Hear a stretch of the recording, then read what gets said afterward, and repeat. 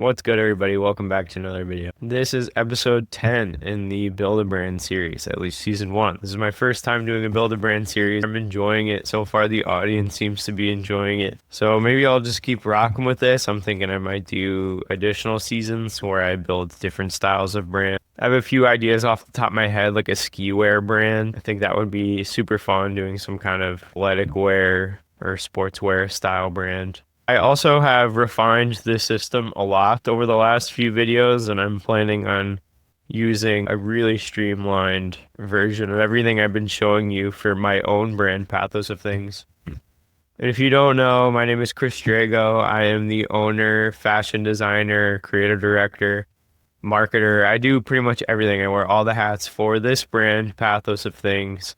It is my pride and joy. It is my passion. And I work on it every day, and I share my process for putting all of this together, and I help other people's brands in the fashion brand vault. Pretty much my whole process is in here. I have a full resource library, a tight but growing community, and I'm about to launch a 4-month program so you can launch a designer fashion brand and release a custom product in 4 months or less if you follow my steps every day. That might even be live by the time you watch this video. Link in the description. Today's Sugar Baby build session is going to be for the social media. This video is not going to be a full rundown or overview of social media strategies in general for fashion brands. This one's going to be a little bit more tactical. It's going to be based on my experience, what's worked for me and for the brands that I work with. So far for this brand, Sugar Baby, our demographic is primarily Gen Z, and we feature a lot of user-generated style vertical content. So our social strategy is going to be catered around that. We're not going to be using Facebook. We're not going to do YouTube ads or Google ads. My plan is just to focus on TikTok and Instagram. If you, viewer at home, are just starting and you're doing like a 1-piece drop for your first drop or a small capsule, maybe 3 pieces, 5 pieces max, pick one or the other. If you want to open up a TikTok shop, just focus on making TikTok content and get really good at that. If you are planning on using primarily a Shopify store, focus just on Instagram and go super hard on that. When I was helping Be Lovely scale to 100 grand a month on TikTok shop, we were only doing TikTok content. We weren't really posting to Instagram at all. And they didn't have a Shopify site until after they had started scaling the business on TikTok shop. For my brand, Pathos of Things, I started making content on TikTok, and I had a couple videos go kind of viral, which really helped the brand in the beginning. But I was driving people from TikTok to Shopify. So it would have been better if I was driving people from TikTok to TikTok shop. So I switched the strategy up a bit. I decided not to do a TikTok shop for Pathos of Things, and I'll tell you why in a second. So I started an Instagram page. Here it is, nothing crazy, just past 1,000 followers, so it's on its way. But I have a link in bio to my Shopify store. And then if I run any paid ads, it's on Instagram or with Meta ads, driving traffic directly to my Shopify store. I spend a lot of time on my Shopify store, and I don't have a TikTok shop. So naturally, it's the best use of my time now to start focusing on Instagram. If you are planning on shooting a lot of content and it looks great, and you're also thinking about being the face of the brand and being on camera more, then doing both TikTok and Instagram is great. You're going to maximize the surface area or your reach to your target audience, and you'll reach them on 2 platforms. Let's put together a TikTok and Instagram strategy for Sugar Baby. We already shot a lot of content. We have an optimized Shopify store. The reason why I think we should do Shopify with TikTok and Instagram instead of opening a TikTok shop is because TikTok Shop has an average order value across all stores of like $20. We are trying to sell Sugar Baby made in the USA premium price point around $150 average order value. So that naturally doesn't align that well with the nature of TikTok Shop. But with a custom branded Shopify store, we can still post content on TikTok. We can still run ads to TikTok content, but the algorithm will start optimizing for people that are willing to pay a more premium price point. And the TikTok ads will find those people. But if we're on TikTok Shop and we're trying to play the TikTok Shop game by having a ton of discounts and weekly deals, we're likely going to have to lower the prices, dilute the brand value, and make it seem like more of a discount or a value brand. So I'm not about to just pivot and change all of that for the sake of TikTok Shop. We're going to keep our Shopify store. We'll keep a TikTok content strategy, but all of the transactions will take place on our custom site.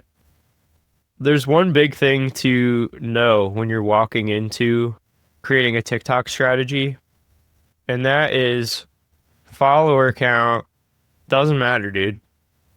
What actually matters is engagement per post. This includes likes, comments, shares.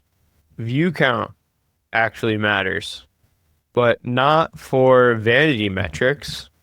And what I mean by that is not just to look cool or to be popular. View count matters so you can identify outliers. What are outliers? Outliers are videos that outperform your average. So let's say you average 400 views per TikTok video. And then all of a sudden one of them gets 2,000 views. I'm not talking viral, like it's not like one has to get millions of views. If you're in a niche industry, like having a very specific fashion brand based on a very specific aesthetic, chances are your clips are not just going to go viral. They don't have that type of mass appeal. But what might happen is you have a video or several videos that outperform the norm. 2,000 views, 4,000 views, 10,000 views, 20,000 views. And then as they keep going, it just continues to get bigger, and then that raises the floor. So now instead of averaging 300 or 400 views per TikTok, you are now averaging like 2,000 or 3,000 views per TikTok. Output, so the quantity, is extremely important on TikTok. There are a few ways to juice up the amount of content that you put out. And the goal with juicing up the quantity on TikTok is to just test a ton of different things to figure out what works with your audience and to give the algorithm enough information or data so it knows exactly who to show your videos to. First thing you're going to want to test are hooks. And the easiest way to test hooks is by filming one video about whatever topic of your choosing related to the brand. So let's say unboxing, for example. Then I would film 5 hooks to test for that one video. That one video then becomes 5 videos. The next thing you're going to want to focus on and test over time is formats. So we have hooks and we have formats. Here are examples of formats. A format is basically just a different style of video, focusing on a different aspect of the brand. For example, product-centric format, or we could call this e-commerce style. I believe we also used the term catalog style in an earlier video. These are catalog images for the brand. Next, we have brand lifestyle / aesthetic content. This includes lookbook, photos and videos, editorial style clips, images. These videos work great with trending audio. And then the last format I'll list here is founder driven. This could be talking head style content where you talk directly to the camera. But if you use a voice memo or just have vertical clips that you talk over, that works too. There are some really simple and solid hook ideas that I've used for this, and that I've seen other fashion designers or brand owners use. And that's saying something like, I designed these because, or here's why I made this, right? Like, it's sharing your story, it's showing your process, it's also showcasing the product. It's also bringing the viewer directly into your world, and it's establishing authority. And people are seeing your face and hearing your voice, which is going to rapidly increase the rate at which they become familiar with you and your brand.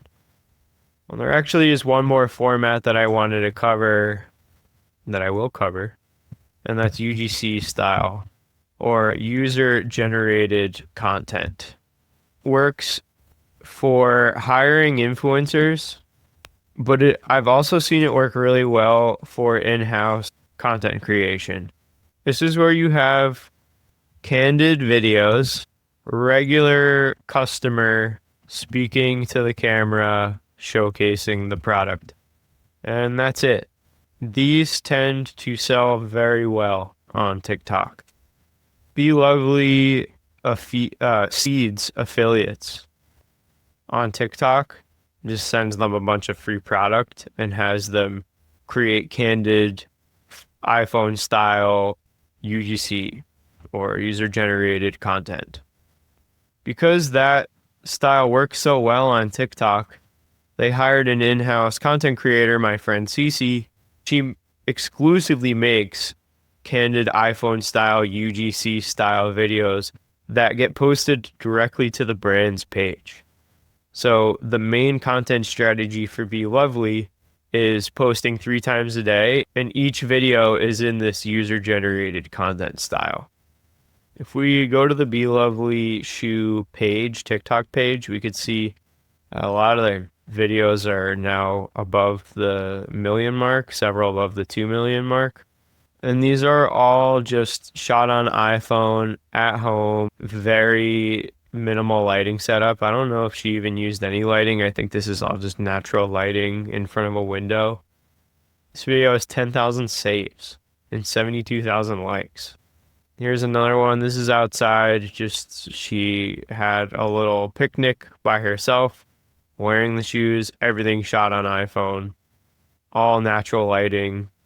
I think the total cost of this was however much it cost for the sandwiches and the crackers, and however much it costs for her iPhone and her time. But there's zero setup, basically. I also want to show you some videos from my TikTok page. So I archived all of my test videos, and I just kept up a couple of the ones that ended up going like kind of viral.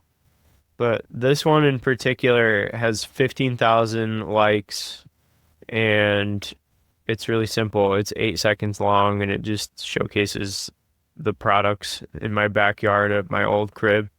Some photos of Rico or Rare Fabrics, the model wearing the hat, and then like a just behind the scenes style iPhone shot of him like taking a selfie with the dog at the. So let's just go frame by frame. Here we have a shot of a bunch of the hats just laid out in kind of like a pile on a table at my house. Then me just showing the hat from all angles with a nice little backdrop. Then we have the catalog style images with the nice lighting. And then we have a BTS style shot. Then we have a BTS style shot of the model wearing the hat and then taking a selfie with this puppy. So really simple, 8 seconds. A lot of work went into making this, right? Like I had to order the inventory, and then I had to lay the hats out like this, and then I had to do a photo shoot and get a real model, and like It's a very simple concept. You do a couple different shoots, you get some images and videos of the products, and then you just splice those together into a clip and you post it on TikTok. Let's just come up with some hook ideas so you have a better idea of what writing hooks actually means. So your hook is going to go in the beginning of the video and it's going to hook someone in within the first 2 to 3 seconds. So let's imagine you're doing a voiceover talking about a garment that you designed. You can open the video with something like this. I made these pants because I couldn't find any that fit right. Boom, that's one hook. Next hook. The fabric I used to design this shirt wrinkles less, fits better, and ships in 2 days. Boom. Hook 3. This is what it really costs to design and manufacture this jacket. Spoiler, it's not cheap. When you test all these hooks and these formats, eventually you will identify those outliers. And when those outliers are identified, focus on the hooks and formats used in those and 2x the output. If you have something that's working, if you have a specific hook style that's working or a specific video format that works, make more of that. Focus on what's working and the money will follow. All right, here are some key takeaways for the TikTok strategy or the TLDR version. Basically, output is super important on TikTok, especially in the beginning. Quantity over quality. Don't worry so much about the quality. Just focus on putting content out and getting feedback from people. You will develop your eye over time. The more that you do it, the better you'll get at it, and then the faster you'll improve. Don't worry about how your feed looks or how many followers you have. Like that. The idea that your main page or your main feed is like a portfolio or a landing page doesn't really exist on TikTok. That's more of an Instagram thing.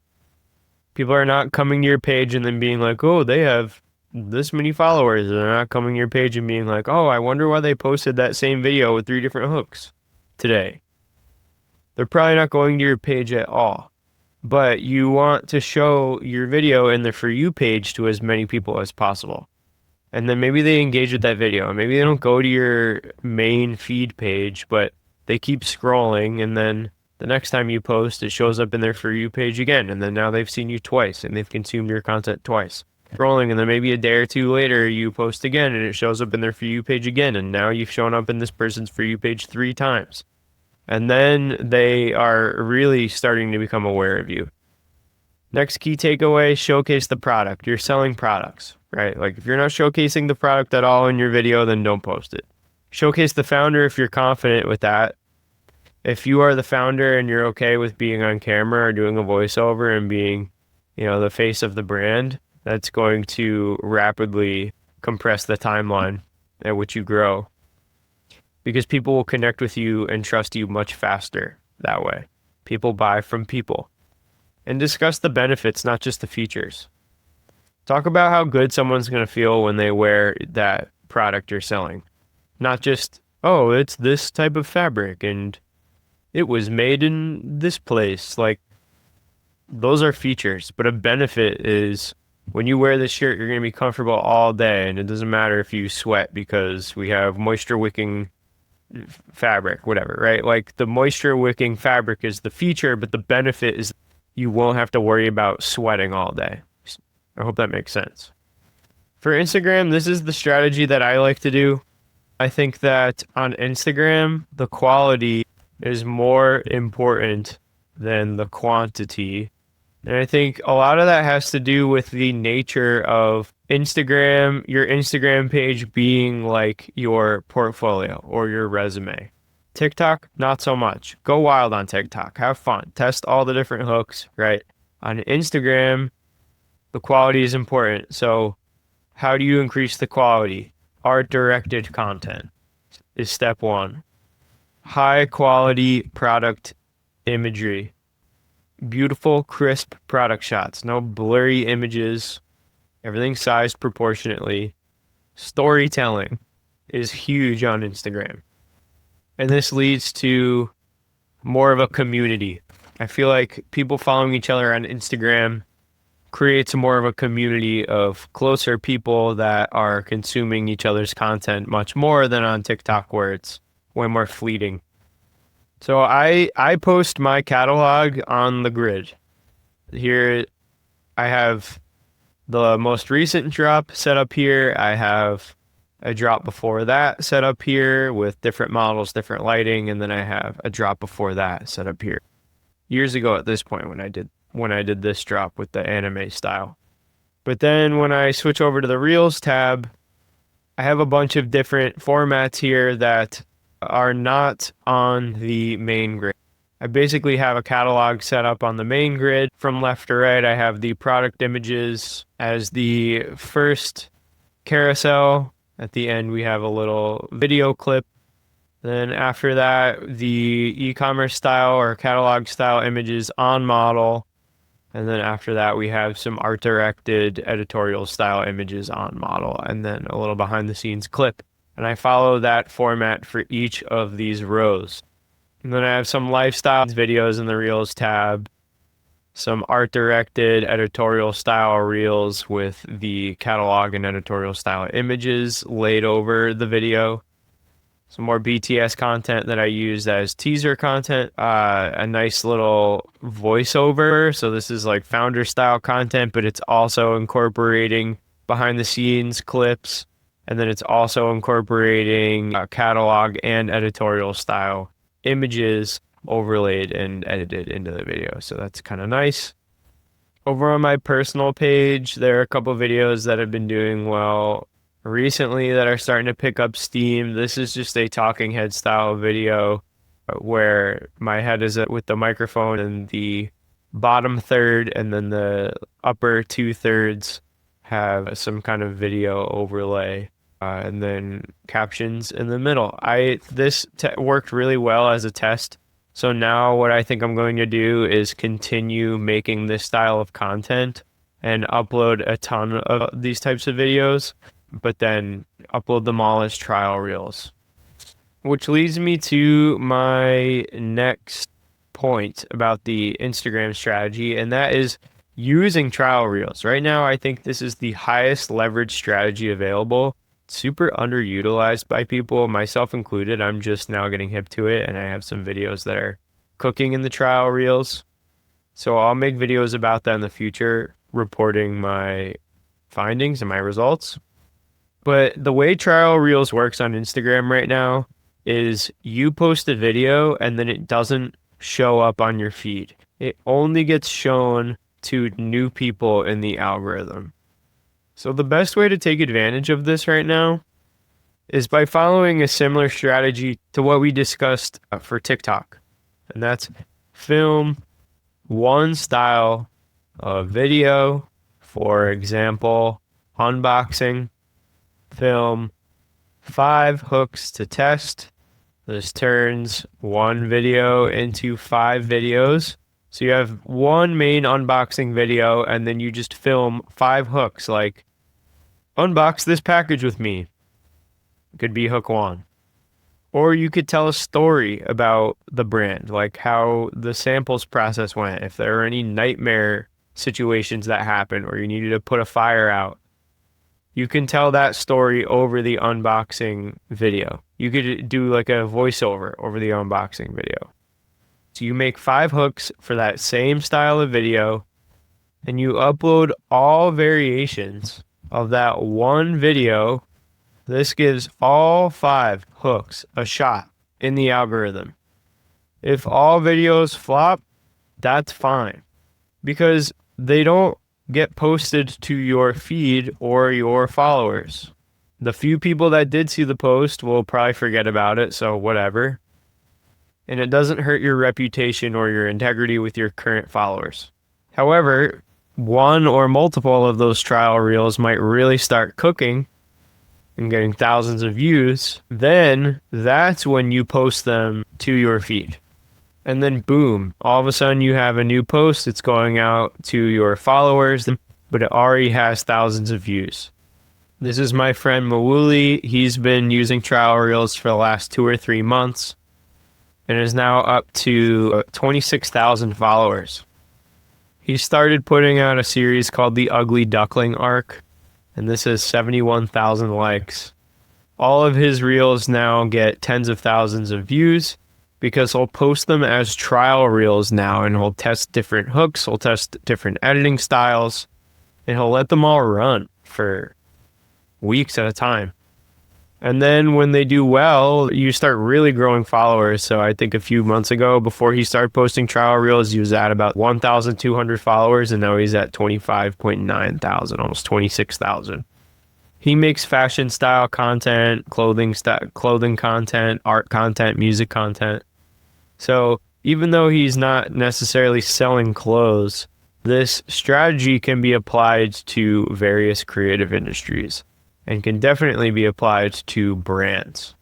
So to recap, basically, we have all this content for Sugar Baby, right? We have unboxing content, we have catalog content, lifestyle content, and lookbook content, user-generated content. The next step is just posting all of this content on TikTok and Instagram using creative hooks and formats. The content is done. Now it's really just a matter of distribution. A good way to think about this content and social media strategy is that you're making content that you then repurpose and package for different platforms. You're not making content for TikTok specifically. You're not making content for Instagram specifically. You're just making content. And then the way you package that for TikTok is maybe a little bit different than the way you package it for Instagram. But as long as you shoot all of that vertical content and photos and videos, you can then package it up and distribute it in a million different ways. For Pathos of Things, this is how I organize the social media content. I have all of the high resolution images from the photographer here that I can repurpose at any time. I have all the behind the scenes footage from the videographer that I can repurpose at any time for clips or for social content. I have user generated content and photos and videos reviews from photo and video reviews from customers and friends. Process videos showcasing the design process for each of the garments. These are anywhere from 7 to 20 minutes long, and I just speed them up in CapCut.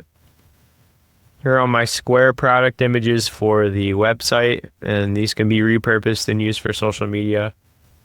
And then I have some voiceovers. There are more voiceovers in my Descript folder, but there are just 4 here that I can show you. Here is a vertical video that was used for Instagram specifically for my brand Pathos of Things. These are the Umbra trousers by Pathos of Things. I was obsessed with Prada's nylon gabardine pants, but they're $800 and honestly, that's insane. So I sourced the same type of nylon fabric, but made them accessible. 100% nylon gabardine with viscose lining. Moves like techwear, styles like dress pants. Most nylon pants at this price point use sheen quality polyester. This fabric has structure, matte finish, and catches light without looking plastic. Designed in Clo 3D for zero waste production because the fashion industry creates enough landfill content. Wear them to dinner with boots, grocery store with slides, or work with sneakers. The kind of pants that you don't think about. You just throw them on and they work. Size XL is already sold out and the other sizes are moving fast. Link in bio. Cool, and then I want to watch this other video that did really well on Instagram for me on my personal page, but it's related to my fashion brand.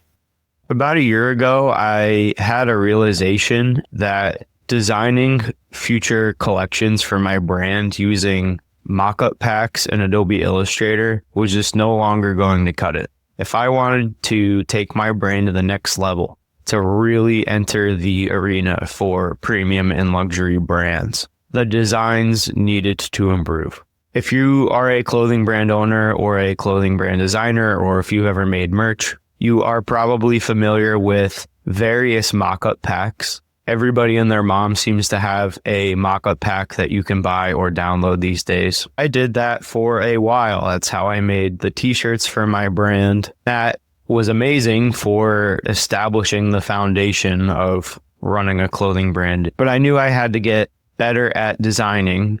I didn't go to school for fashion or fashion design. I stumbled across Clo 3D. This is not an ad. I'm not affiliated with them, but Clo 3D allows me to design custom patterns and garments on a computer without having to cut and sew real fabric. I'll be completely honest, this program has a very steep learning curve. It is very difficult if you are not computer savvy or tech savvy to a certain extent. And also if you have no background in fashion design like me, you're going to have to get familiar with the terminology and learn a ton of terms that for me were completely foreign. I took the time to learn what I felt was just enough about the software where now I can start ideas and then Okay, you get the point. You can follow me on Instagram if you want to watch the rest of this video.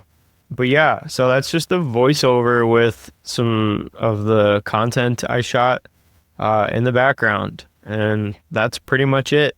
So that's how I would approach the social media strategy for Sugar Baby, which is, again, this brand we've been building over the last almost 2 weeks now. In the next video, I'm going to cover the email marketing and then we'll get into ads. And if you enjoyed this video, and I've been enjoying all my content recently, please like and subscribe, hit the bell notification. It helps me out more than you know. If you want to learn how to launch a designer brand in 4 months or less, join the FBV Pro group. Link is in the description. And I will see you in the next one.